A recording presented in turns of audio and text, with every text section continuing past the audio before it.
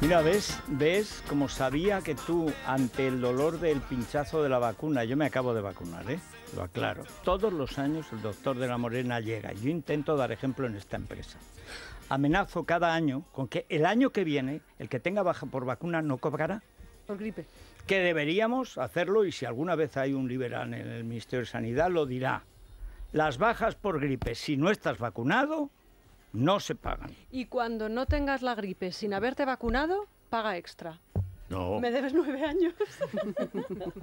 ¿Sabes por qué aprovecha, Enrique? Nunca me pongo. Porque esta mañana se me ha puesto mal la maquilladora y me ha pintado, que es lo más íntimo que hemos hecho en 20 años, esta señora. Oye, y pero yo. ha quedado muy bien, ¿eh? Lo estoy viendo. ¿Tú crees? De hecho, me voy a comprar esa base yo.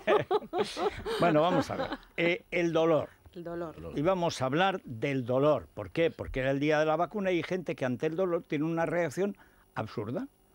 El dolor existe, hay que hacer frente al dolor. Hombre, y si el dolor es mucho, hay que tratarlo. Totalmente. El dolor es evitable. Esa Sí. era una frase de uno de los pioneros en España del tratamiento del dolor, que era el doctor Madrid, que probablemente, no sé si lo llegasteis a conocer, que puso la unidad de dolor en la Fundación Jiménez Díaz. Y Bueno, siempre decía, el preséntanos dolor es evitable. a nuestras invitadas. A ver. Tengo suerte porque fíjate qué dos bellezas tengo a mi derecha, a mi izquierda. Uy, eso ya es multa. Blanca Multa. Esto en y Telecinco Ana, es multa. Fíjate, Blanca y Ana. Las dos, mira, muy clásicas, las dos sí. licenciadas en Medicina y Cirugía. Bien. Y las dos doctoras con laude en Medicina y Cirugía. No cum fraude. Un laude. Bueno, Luego, vamos a ver. Y además, vamos a la especialidad. Exacto, A exacto. ver. Bueno, y luego además la especialidad de anestesia y reanimación han recibido, y luego son ellas profesoras en dar cursos de la especialidad, se han especializado en el dolor y son las fundadoras del Instituto Madrileño del Dolor, en la Plaza de Salamanca 9, allí las tienes, trabajando día y noche, porque los médicos ya sabes que somos No, y el dolor 24 tampoco horas. tiene horario. Exacto. Tiene que ser. Bueno, me da igual, Ana, Blanca, en fin. La cuestión fundamental, el dolor tiene dos, digamos, esferas. Una, la realidad, y otra, la sensación. Es un poco difícil. De hecho, por ejemplo, los niños pequeños, cuando el niño llora, dice, si es que no sabe lo que le pasa, no sabe lo que le duele. No sabe lo que le pasa, pero le duele o le ha dolido y está molesto porque le ha dolido, porque el problema del dolor es que no se sabe tampoco, se sabe cuándo empieza, pero tampoco se sabe cuándo termina. Esos ciclos del dolor, hay ciclos igual que los ciclos del sueño. Bueno, es una pregunta difícil de contestar. Hombre, por eso lo hacemos aquí. Si fuera la COPE sería, ¿qué tal la Navidad? Bien, bien, bien. O sea, Pero es verdad que hay un aspecto emocional en el dolor muy importante y un aspecto físico. El problema del aspecto físico es que objetivamente no se puede medir el dolor. Entonces hay una manera indirecta de observar comportamientos y de observar actitudes que nos pueden indicar de que ese paciente o esa persona tiene dolor, como es el caso de los niños. Cuando ya nos vamos haciendo mayores y podemos expresar de alguna manera esas sensaciones, es más fácil de tratar el dolor. y también reprimirlas. Por Sí. ejemplo, en los sexos la mujer resiste más el dolor, o por lo menos lo resiste, lo aguanta o lo oculta mejor. Lo debe ocultar, pero las Ocultar. estadísticas actuales dicen claramente que la mujer tiene más dolor que el hombre. Pero no, hay- sí, que Pues tenga, no lo muchísimo dudo. más, Digo que muchísimo lo más. manifiesta menos. Exactamente. Porque hay un umbral del dolor. Es decir, lo que a mí me duele 9 en esa escala, a otro le puede doler 2. Claro, eso es complicado porque, como vuelvo a repetir, no se puede medir con un aparato o con una regla, decir tal. Entonces, nuestra manera de medir el dolor a un paciente adulto, me refiero, suele ser de tanto a tanto, por ejemplo, de 0 a 10. ¿Cuánto cree usted que le duele? Y es difícil también, vuelvo a repetirlo, de Claro. contestar. ¿Cómo se puede medir? Pues el paciente deja de hacer cosas de su vida cotidiana, deja de ir al cine porque, es un ejemplo, cuando se sienta le duele la rodilla y ya no va al cine, deja de salir con los amigos a tomar algo porque está molesto mientras está tal. Entonces, al final, es una combinación de varios aspectos. Uno son la vida cotidiana, la vida en el trabajo. Hay muchos pacientes o personas que por dolor faltan a trabajar. Es también muchas veces poco comprendido el motivo de dejar de ir a trabajar. Hay ciertas o cierta población como es la mujer con un dolor especial como puede ser la endometriosis y cosas parecidas, que no se entiende muy bien o que... Son incapacitantes, ¿no? Efectivamente. Dolores que te invalidan Entonces, para hacer tu vida. Pero ahí estamos otra vez en el aspecto, digamos, psicológico, que al final es esencial, porque lo que te lleva a trastornar tu vida es el hecho psicológico que el dolor te ha condicionado. Pero cuando ustedes fundan esta, digamos, esta entidad para tratar el dolor, se supone que es para tratar a las personas a las que les duelen cosas, pero luego para intentar establecer también algo que socialmente es casi una incógnita, que es el dolor, porque, por ejemplo, vamos a suponer que yo soy el Estado, cosa que en un liberal sería un Estado pequeño, pero eficaz. Bien, lo primero, yo les subvenciono lo del dolor, porque hay mucha gente que pierde trabajos o pierde horas de trabajo porque tiene dolor y no la tratan adecuadamente. Yo estoy dispuesto a subvencionar para que mejore la productividad y porque eso le conviene al país. Bien, pero ¿qué es el dolor? Entonces, eso, ¿cómo a la hora de hacer un sitio para el tratamiento del dolor, cómo definen el dolor? Hay dos aspectos fundamentales. Uno es el dolor agudo, brusco, con una fácil relación, me pasa esto y tengo dolor. Un golpe, por ejemplo. Sí. Una extracción de una muela, sí. Una cirugía. Un pinchazo, que es por lo que un pinchazo de una vacuna. ¿De quién pinche? Exacto, claro. A mí ningún dolor. ¿Una cefalea? Una cefalea, sí. Depende. El cólico nefrítico. El cólico nefrítico, sí, la apendicitis, etcétera. Un dolor agudo, definido, claro. Y otra cosa es el crónico. Crónico, ¿por qué? Porque el paciente lleva tiempo con el dolor. Y cuando lleva tiempo con el dolor, entran en juego una serie de mecanismos que al final desembocan en el sistema nervioso central, en el que a veces no se puede explicar por qué duele en este momento. Hubo una causa que no se trató y ahora permanece el dolor, aunque la causa haya desaparecido. Juegan muchos aspectos y entonces estas unidades o clínicas o institutos, de lo que se trata es de intentar aliviar ese síntoma que a veces es difícil de ir a la causa. O sea, el de espalda, por ejemplo. Bueno, pero por ejemplo, lo que planteaban antes, es decir, ¿cuándo empezó a dolerte algo? Esto casi hay que hacer un psicoanálisis del comienzo de esa etiología, ¿no? Hay que ir a buscar cuál es el comienzo de ese dolor, pero es lo que contaba la doctora Martínez. Lo importante es cuánto lleva con ese dolor. Hay dolores que a veces la causa que lo originó, por ejemplo, un traumatismo que estuvo en el comienzo y el traumatismo se ha curado, el traumatólogo ha hecho su trabajo, la fractura se ha curado y el dolor permanece. Eso es una cronificación del dolor que no tiene una causa, que nosotros podamos tratar la causa para retirar el dolor. Eso es la característica del dolor crónico. Pero ahí hay uno, por ejemplo, en el caso de los cambios de tiempo ahora, que llega el otoño, pues aquella persona que ha tenido una fractura, que ha tenido alguna lesión, aunque se haya curado, nota por el tiempo, o en la artrosis, que es una... y nota el cambio de tiempo. Uy, va a llover. Oye, y en los pueblos antes te lo decían, va a llover porque me está doliendo la ropa. Oye, y llovía, ¿eh? Es decir, que digamos, de alguna manera antes había una relación con el cuerpo como más abierta. Da la impresión de que ahora que sabemos muchas más cosas en general, pero que miramos menos el cuerpo, quizá la experiencia, quizá se habla menos con la gente mayor, que era la que te contaba, la gente mayor a la que le dolían cosas y se sabía lo que les había pasado, ¿no? Efectivamente, pero el problema yo creo que es tratar el dolor antes de que ese dolor se haga muy crónico, que eso para nosotros es un problema. O sea, tratar un dolor cuando lleva muchos años de evolución es más difícil de quitar. Se puede disminuir, se puede mejorar la calidad de vida del paciente, pero cuando ya el dolor lleva muchos años, como la artrosis o como un traumatismo que ha quedado el dolor, el tratamiento ya se complica. Entonces es importante... ¿Y cómo sabe uno que ese dolor no se va a ir? ¿O cuándo empieza uno a saber que ese dolor ya debería haberse ido y si no se va hay que tratarse? Empezamos a hablar de que un dolor se ha cronificado. Solemos utilizar tiempos, espacios temporales, 6 semanas, 3 meses, pero lo importante es cuando un dolor se tendría que haber ido y no se ha ido. O Exactamente. Sea, un traumatismo que está... ¿Y cuando uno acepta que ese dolor no se le va? Porque también imagino que está la cosa igual que el que no quiere ir al dentista porque ya se le ha quitado el dolor de muelas. Justo el día en que le tocaba, ese mismo día. No, si ya no me duele. Claro, y además hay picos, a veces que te duele mucho, otras veces te olvidas.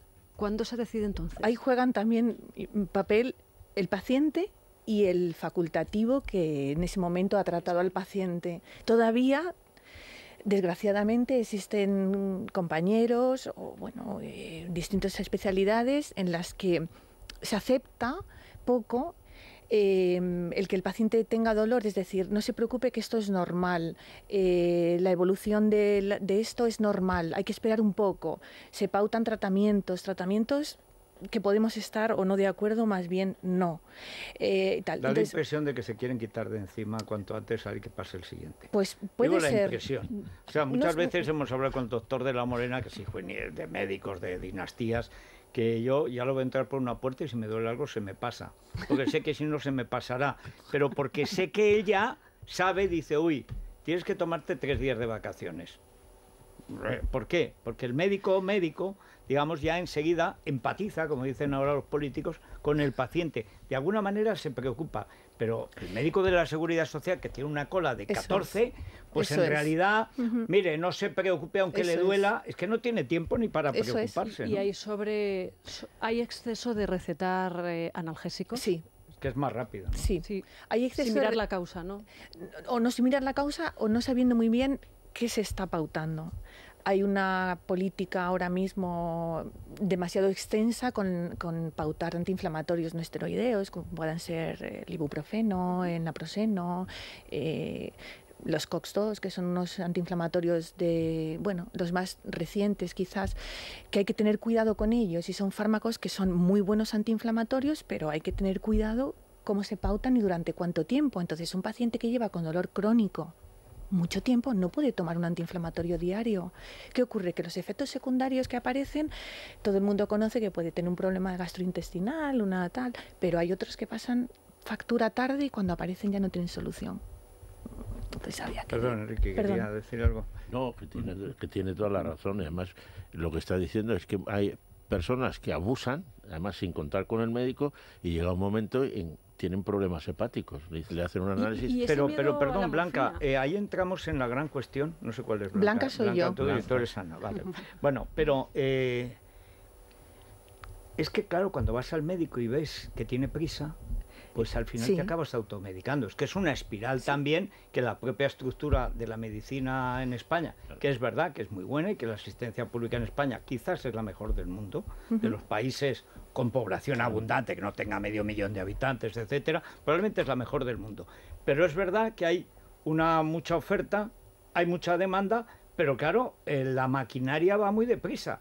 Eso en parte hace que funcione bien y en parte hace que uno acabe en la automedicación, porque es que está muy ocupado el médico. Es cierto.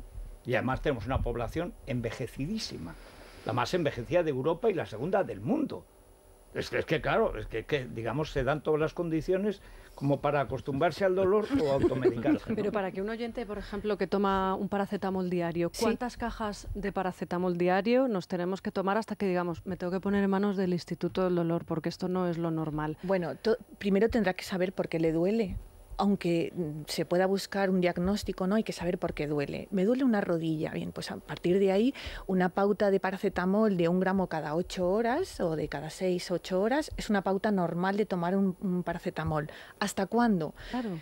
Nosotros en el dolor se creó una escala, que es la escala analgésica de la OMS, que fue diseñada para tratar el dolor oncológico, que ese es un dolor también muy peculiar. Y se cataloga el paracetamol como el primer escalón en el tratamiento del dolor. Es decir, es lo más básico en potencia para tratar el dolor. Cuando ya hay que utilizar otros fármacos o el paracetamol no es suficiente o aparecen otras características del dolor, ya no me duele solo una rodilla, sino que me duele un poco más lejos de la rodilla y me duelen otras cosas, entonces ya hay que consultar y sobre todo no automedicarse ni asociar otros fármacos distintos en los que no se conoce muy bien. Y con respecto al cáncer, ¿ese mito de que el cáncer no duele? Uy, ¿eso es real? Eso es tan falso. Y además es el dolor extendido. Y sobre todo es uno de los dolores que no deberían existir. Tendríamos que tratar. Sí se puede curar. Se puede aliviar el dolor. Bueno, claro, a eso me refiero. Curar, si hay una enfermedad no lo curas. Pero la cuestión es que no te duela. Que no te duela y además en esas condiciones. Ese miedo a la morfina, ¿verdad? Que hay, o a los cuidados paliativos. Sí, pues son los pacientes más agradecidos de todos, los pacientes oncológicos, los pacientes paliativos, cuando se les trata el dolor. Y hay un poco de opiofobia en general. Y parece que el paciente puede pensar que si se le está pautando una morfina es que le queda poco tiempo de vida o que disminuye su calidad de vida y tal. Bueno, y antiguamente, y por una cosa que también ahora es una manía que como todas las tontadas viene de Hollywood, que es que no hay que, eso de no hay que, dice no, porque es que en la Primera Guerra Mundial pues se hicieron muchos morfinómanos, ya. Bueno, y que era mejor que salieran con medio brazo fuera y que, claro, pero hay también la cosa de es que se va a crear una adicción. Bueno, entre una adicción y morirte de asco, dolor, pues claro. mejor la adicción y luego la vas modulando, ¿no? Pero estamos otra vez en esa relación extraña con la medicina, que incluso en un país como España, donde no tienen ni que hipotecar la casa para ir al médico ni tal, se está produciendo una relación rara que no es la tradicional de médico-paciente. No, es cierto. Es como la de, no sé, no sé, un ciudadano con Hacienda, que es lo más lejos posible. Es decir, si yo puedo arreglarme, mejor no recurrir al médico, ¿no? Cosa absurda, pero sucede. Sí, pero ¿no? sucede. ¿Y qué hay que hacer para eso en el caso del dolor? Pues en el caso del dolor es que cuando un dolor permanece en el paciente un tiempo determinado, ha ido a su médico de cabecera, ha ido a su especialista correspondiente y la cosa no mejora, la cosa por llamarlo de alguna manera, para eso están las unidades de dolor o los institutos de dolor o las clínicas de dolor en las que más que pautar un tratamiento farmacológico, lo que hacemos es modular el dolor o modular la señal dolorosa, esa señal de la que hemos hablado en algún momento, con técnicas distintas a tomar una pastilla, por ejemplo. Son técnicas en las que a través de unas agujas nosotros administramos ciertas medicaciones que hacen acción local, donde se administra la medicación, o con electricidad, que es la radiofrecuencia.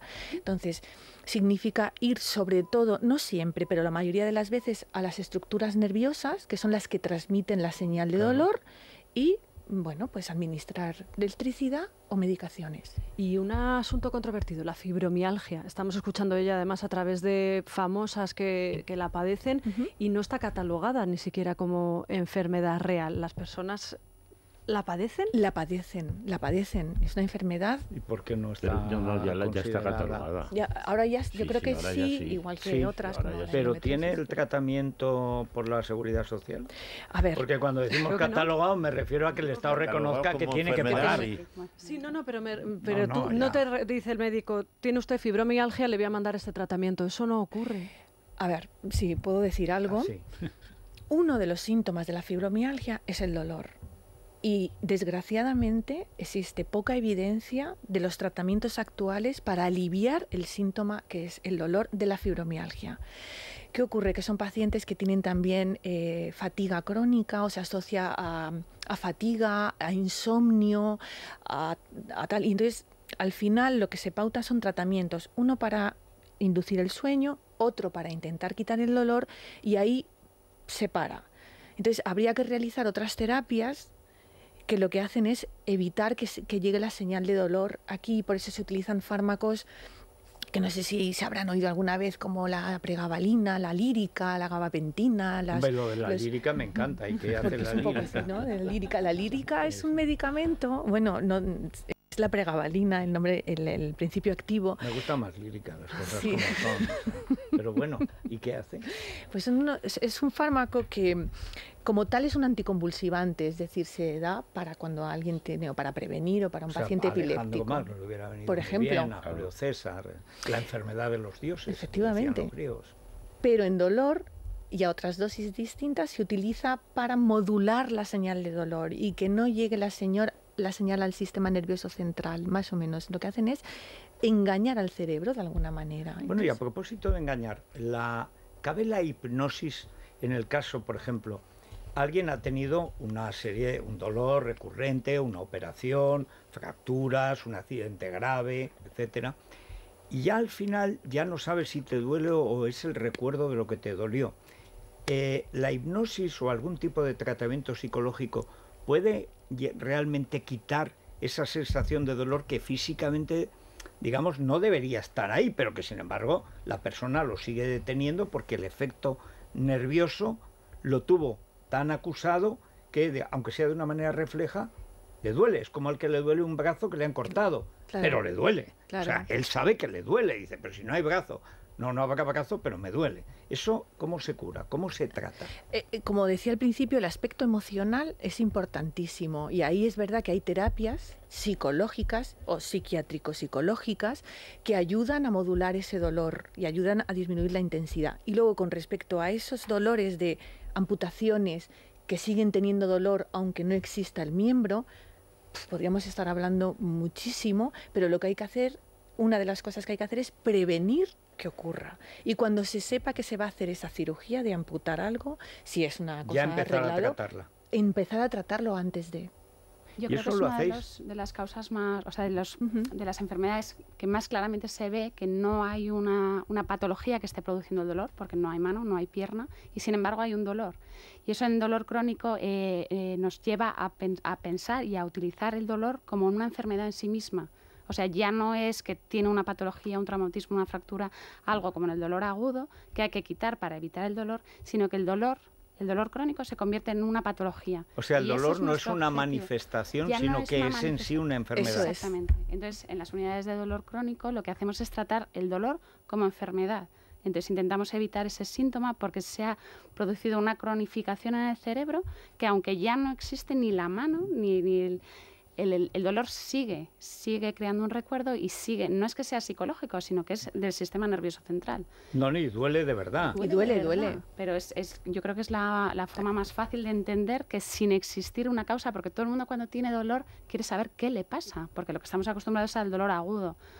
Tengo esto y cuando me curen ustedes esto se me va a quitar el dolor. Y en el dolor crónico esa relación desaparece. Y hay uno que yo creo que es peor, que es peor, imposible que un dolor agudo, pero es ese dolor leve que todos los días te levantas con un poquito de dolor de cabeza y que sigue, digo, por poner un ejemplo, o antes preguntaba por el de espalda, que es el clásico de los que trabajamos más frecuente, mal sentados, además en una posición absolutamente...